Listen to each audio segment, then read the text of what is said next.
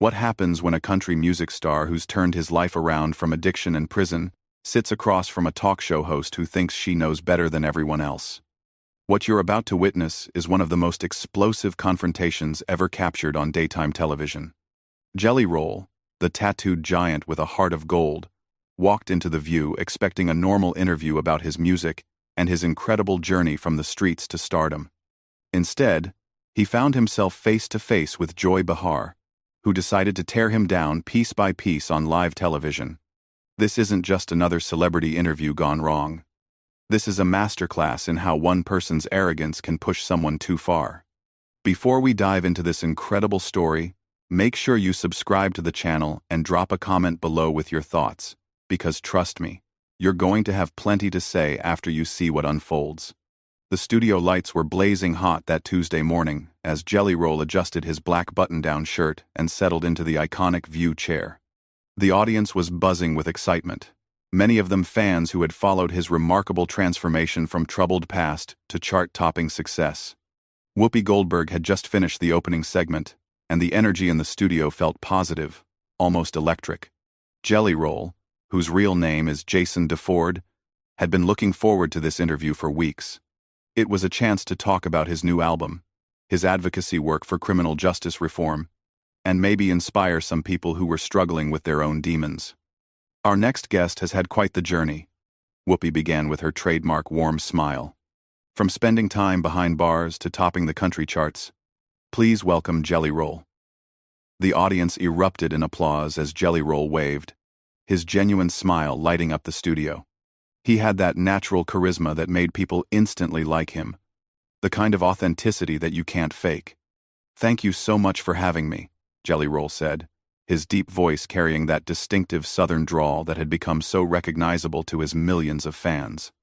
"I've been watching this show for years, so this is pretty surreal for me." Sarah Haynes jumped in first with some softball questions about his music, his collaboration with other artists, and his upcoming tour. Jelly Roll answered with the kind of humility and gratitude that had endeared him to fans across the country. He talked about how music had saved his life, how his daughter had motivated him to change, and how he wanted to use his platform to help others who were struggling. "You know," he said, leaning forward slightly, "I think a lot of people look at someone like me, and they write me off before they even get to know my story. The tattoos, the past, all of that. But I want people to understand that we all have the capacity to change, to grow, to become better than we were." The audience was hanging on every word. This was the Jelly Roll that his fans loved. The vulnerable, honest man who wasn't afraid to admit his mistakes and talk about how he'd overcome them.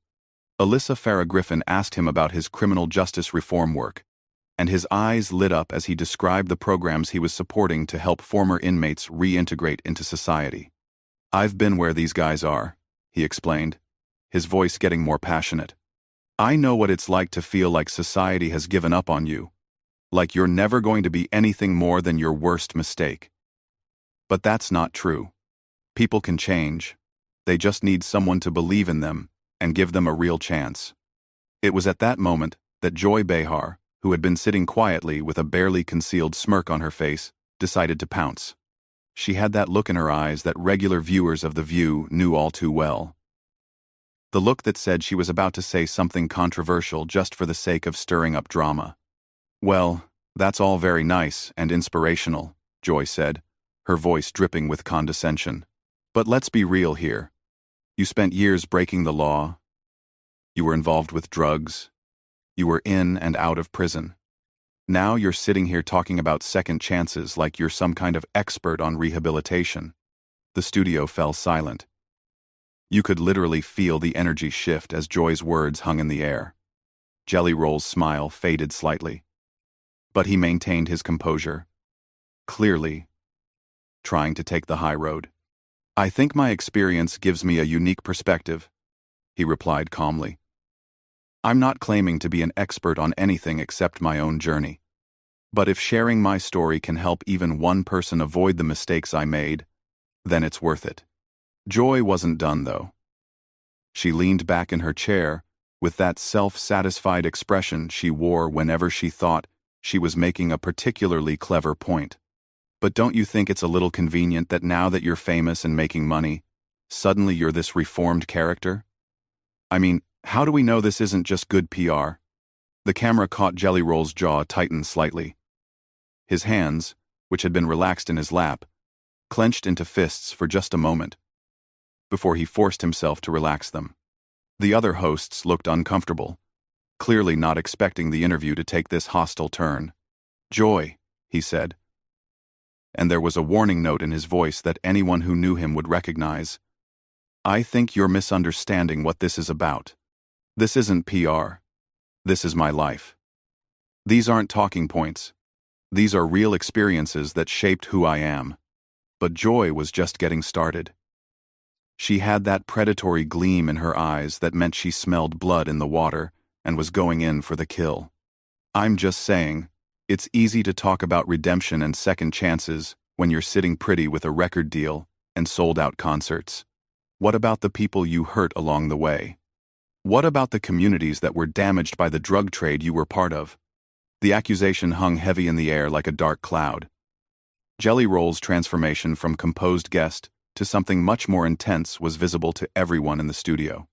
His breathing had changed, his posture had shifted, and there was a fire building in his eyes that suggested Joy had just crossed a line she shouldn't have crossed.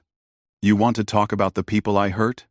Jelly Roll said, his voice getting louder, more intense.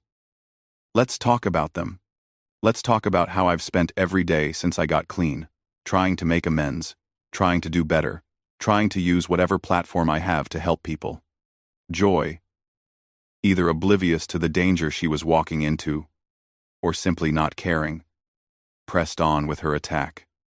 But that doesn't undo the damage, does it? That doesn't bring back the lives that were lost to overdoses, the families that were destroyed. You can't just sing your way out of that responsibility. That was it. That was the moment when something snapped inside Jelly Roll, when the careful composure he'd been maintaining finally cracked under the weight of Joy's relentless assault. The man who had spent years learning to control his temper, who had worked so hard to become a better person, suddenly found himself face to face with someone who seemed determined to tear down everything he'd built. The explosion was instantaneous and volcanic. Jelly Roll shot up from his chair so fast that it actually rolled backward, his 6-foot frame towering over the desk as his voice boomed across the studio with a force that made everyone jump. "Are you kidding me right now?" he roared, his southern accent getting thicker as his emotions took over. "You think I don't carry that weight every single day? You think I don't know exactly what I've done and who I've hurt? Lady, you have absolutely no idea what you're talking about." The audience gasped audibly. Camera operators scrambled to capture every angle of the confrontation, while producers in the control room frantically debated whether to cut to commercial. Whoopi looked stunned. Sarah covered her mouth in shock, and Alyssa sat frozen in her chair. But Joy, incredibly, seemed almost pleased with herself, like she'd successfully provoked exactly the reaction she was looking for. "There it is," Joy said with a smug smile, gesturing toward Jelly Roll as if his anger proved her point. "There's the real you, underneath all that redemption talk. Still the same angry criminal, just with better clothes." If the studio had been silent before, it was absolutely dead now. The only sound was Jelly Roll's heavy breathing as he stared down at Joy with an expression that was part fury, part disbelief, and part something much more dangerous. When he spoke again, his voice had dropped to a low, menacing growl that somehow seemed more terrifying than his shouting had been. "You want to see the real me?" he said, leaning forward with his hands planted firmly on the desk. "The real me spent 3 years in county jail thinking about every person I hurt, every family I damaged, every life I helped destroy. The real me has nightmares about kids who overdosed on drugs I sold. The real me goes to funerals of people I grew up with who didn't make it out like I did." Joy tried to interrupt, but Jelly Roll's voice cut through her attempt like a knife through paper. "No, you wanted this conversation, so we're going to have it. You sit up there in your ivory tower passing judgment on people like me, but what have you ever sacrificed? What have you ever overcome? You think redemption is some kind of marketing scheme, Because you've never needed it yourself. The camera zoomed in on Joy's face. And for the first time since the confrontation began, she looked genuinely uncomfortable. Her smug expression was starting to crack around the edges as she realized that maybe she'd bitten off more than she could chew. "I'm just asking the hard questions that need to be asked," she said, but her voice lacked the confidence it had carried just moments before. "Someone has to hold people accountable." "Accountable?" Jelly Roll laughed, but there was no humor in it whatsoever. "You think you're holding me accountable? I hold myself accountable every single day. I work with organizations that help addicts get clean. I visit prisons to talk to kids who are making the same mistakes I made. I donate money to families who lost loved ones to overdoses. What exactly are you doing to make the world better, besides sitting here tearing people down?" Whoopi finally found her voice and tried to regain control of the situation. But Jelly Roll wasn't finished, and his attention was laser-focused on Joy. "You know what the difference is between me and you? I admit when I'm wrong. I own my mistakes. You sit here every day pretending like you're morally superior to everyone else. But you're just a bully with a microphone." Joy's face was turning red now. And not from embarrassment. "How dare you call me a bully? I'm a journalist asking legitimate questions about..." "About what?" Jelly Roll cut her off again, his voice rising back to a roar. "About how someone who made mistakes can't possibly have changed? About how anyone with a criminal past should just shut up and disappear? You're not asking questions. You're pushing an agenda. And that agenda is making people feel bad about themselves, so you can feel better about yourself." The other hosts were looking back and forth between them like spectators at a tennis match, clearly unsure whether to intervene or let it play out. The audience was completely silent now, transfixed by the raw emotion and intensity of what they were witnessing. "I've interviewed thousands of people," Joy shot back, her own voice getting louder and more defensive. "I know how to separate genuine rehabilitation from convenient storytelling, and what I see here is someone who's learned to say the right words to make people forget what they really are." That last comment hit Jelly Roll like a physical blow. His face went through a series of expressions, from hurt to anger to something that looked almost like pity. When he spoke again, his voice was quieter but somehow more powerful than it had been when he was shouting. "What I really am," he said slowly, deliberately, "is a father who wants his daughter to be proud of him. What I really am is someone who knows what rock bottom looks like and climbs out of it every single day. What I really am is a human being who made terrible choices and is spending the rest of his life trying to make up for them." He paused, letting those words sink in before continuing. "But what you are, Joy, is someone who gets paid to tear people down on television. Someone who thinks being mean is the same thing as being smart. Someone who has never had to fight for anything real in your entire life. So you don't understand what real change looks like." Joy opened her mouth to respond, but Jelly Roll held up a hand to stop her. "I'm not done. You want to talk about accountability? Let's talk about your accountability. How many people have you discouraged from getting help by making them think that society will never accept their redemption? How many second chances have you destroyed with your cynicism? How many families have you kept divided by convincing them that people can't really change?" The questions hung in the air like accusations, and Joy's face showed that they had hit their mark. She was no longer the confident attacker she had been at the beginning of the confrontation. Now she looked like someone who was realizing that she might have picked a fight with the wrong person.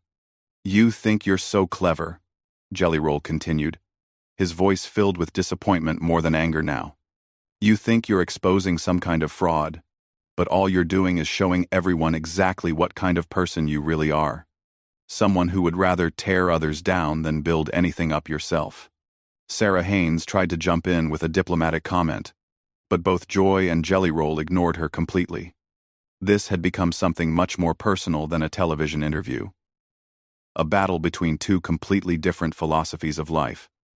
Two completely different ways of looking at human nature and redemption. "I stand by everything I've said," Joy declared, but her voice was shaky now. People have a right to be skeptical of convenient transformations. Quote. Jelly Roll shook his head slowly, and when he looked at her, there was something that almost looked like sadness in his eyes. You know what the really tragic thing is? You could have used this opportunity to have a real conversation about addiction, about criminal justice reform, about how we help people rebuild their lives.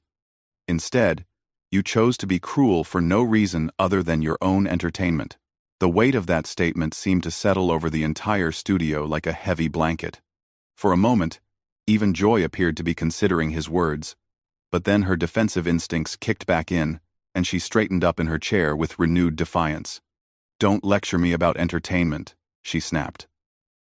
This is journalism.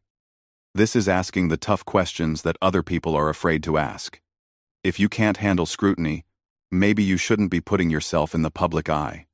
Jelly Roll's laugh was bitter and cold. Tough questions?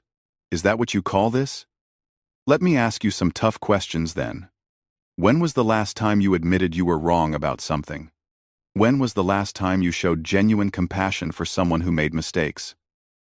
When was the last time you used your platform to actually help someone instead of just tearing them down?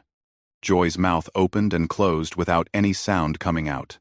She clearly hadn't expected to become the one being interrogated, and she was struggling to regain her footing in a conversation that had completely gotten away from her. That's what I thought, Jelly Roll continued, his voice gaining momentum again. You can dish it out, but you can't take it. You can attack someone else's character all day long, but the moment someone questions yours, suddenly, that's unfair. Whoopi made another attempt to restore order. Okay, I think we need to. No, Jelly Roll said firmly, turning to address Whoopi directly. I appreciate what you're trying to do, but this needs to be said. I came here in good faith to talk about music and redemption and maybe inspire some people. Instead, I walked into an ambush by someone who decided before I even sat down that I was a fraud. He turned back to Joy, and his voice became quieter but somehow more intense. You know what the saddest part about all this is? You had a chance to be part of something positive today. You could have asked me about the programs I support, about the kids I mentor, about the real work that's being done to help people change their lives. Instead, you chose to be a bully. I am not a bully, Joy protested. For what? Jelly Roll exploded again, his composure finally completely shattered. For getting clean? For turning my life around? For trying to help other people avoid the mistakes I made? What exactly am I being held accountable for here, besides having a past that makes you uncomfortable? The studio was electric with tension. Camera operators were getting shots of audience members with their hands over their mouths, clearly shocked by the intensity of what they were witnessing. In the control room, producers were frantically trying to decide whether this was a disaster or the most compelling television they'd ever captured. You're being held accountable for profiting off a redemption narrative, while real people are still suffering from the consequences of your actions. Joy shot back, finally finding her voice again. Profiting? Jelly Roll's voice cracked with emotion. You think I'm profiting from this? Every dollar I make from my music, every opportunity I get, comes with the weight of knowing that I have to earn it every single day. You think I don't know that there are families out there who lost someone to drugs I sold? You think I sleep easy at night because I have a record deal now?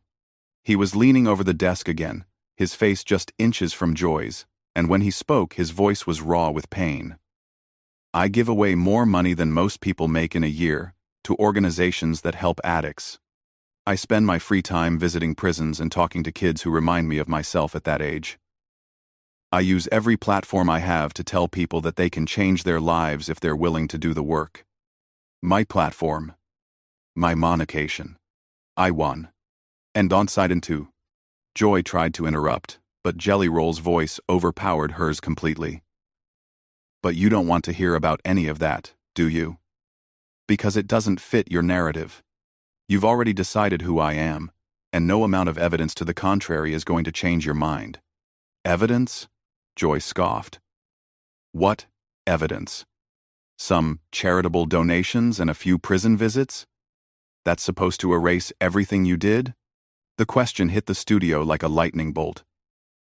Jelly Roll straightened up slowly, and when he looked at Joy this time, there was something different in his eyes. Not anger anymore, but something deeper and more profound. "No," he said quietly. "Nothing can erase what I did. Nothing can bring back the people who died because of choices I made. Nothing can undo the families I helped destroy or the communities I helped damage. And you know what? I live with that every single day." His voice was getting stronger again. But it wasn't the angry shouting from before. This was something else entirely. Something that came from a much deeper place. "But what you're really asking me is whether I deserve forgiveness. Whether I deserve redemption. Whether someone like me should be allowed to move forward and try to make amends." He looked around the studio, making eye contact with the other hosts, the audience, even the camera operators. "And my answer to that is this. I don't know if I deserve it. That's not for me to decide. But I know that I'm going to spend every day of the rest of my life trying to earn it." Joy opened her mouth to respond, but Jelly Roll held up his hand again. "You want to judge me? Fine. Judge me by what I do from here forward. Judge me by the lives I help save. By the kids I help turn away from the path I went down. By the families I help heal. Don't judge me by who I was. Judge me by who I'm becoming." The silence that followed was deafening. Even Joy seemed to have been struck speechless by the raw honesty and vulnerability in his words. The camera caught her face, and for just a moment, there was something that might have been shame in her expression. "You came at me today thinking you were going to expose some kind of fraud," Jelly Roll continued, his voice steady and strong. "But all you've exposed is your own inability to believe that people can change. Your own cynicism. Your own need to tear others down. To make yourself feel superior." He straightened his shirt and looked directly into the camera. "To anyone watching this, who's struggling with addiction, who's made mistakes they think they can't come back from, who's been told by people like her that they'll never be anything more than their worst moment, I want you to know something. You can change. It won't be easy, and it won't happen overnight. But you can change. Don't let anyone tell you otherwise." Joy made one final attempt to salvage the situation. "I think you're being overly dramatic about." "Dramatic?" Jelly Roll cut her off one last time. "You attacked my character, my motives, my redemption, and my right to speak about my own experiences. You tried to tear me down on national television for no reason other than your own entertainment. And when I defended myself, when I showed you exactly what real accountability looks like, you call me dramatic?" He shook his head in disgust. "You know what, Joy? You're exactly the kind of person who makes it harder for people to get help. You're exactly the kind of person who keeps families divided and communities broken. You're the problem, not me." With that, he turned away from her completely and addressed Whoopi directly. "Thank you for having me on the show. I'm sorry it turned into this, but I won't apologize for defending myself against someone who came at me with nothing but malice and prejudice." The camera caught Joy's face one final time as Jelly Roll gathered himself to leave. She looked like someone who had just realized that she'd made a terrible mistake. Someone who was beginning to understand that she'd crossed a line that maybe shouldn't have been crossed. "Wait," she called out, as he started to walk away, but Jelly Roll didn't even turn around. "We're done here," he said over his shoulder, his voice filled with finality. "I came here to talk about redemption and hope, and you turned it into an attack. That's on you, not me." As he walked off the set, the audience sat in stunned silence. The other hosts looked shell-shocked, clearly trying to process what had just happened. And Joy sat alone at the desk, looking smaller somehow than she had when the interview began, like someone who had just learned a very difficult lesson about the power of words and the danger of pushing someone too far. What started as a routine interview had turned into something much more profound. A battle between two very different ways of looking at human nature: forgiveness and the possibility of redemption. And in the end, it was clear to everyone in that studio who had come out on top. So what did you think about this incredible confrontation? Do you believe people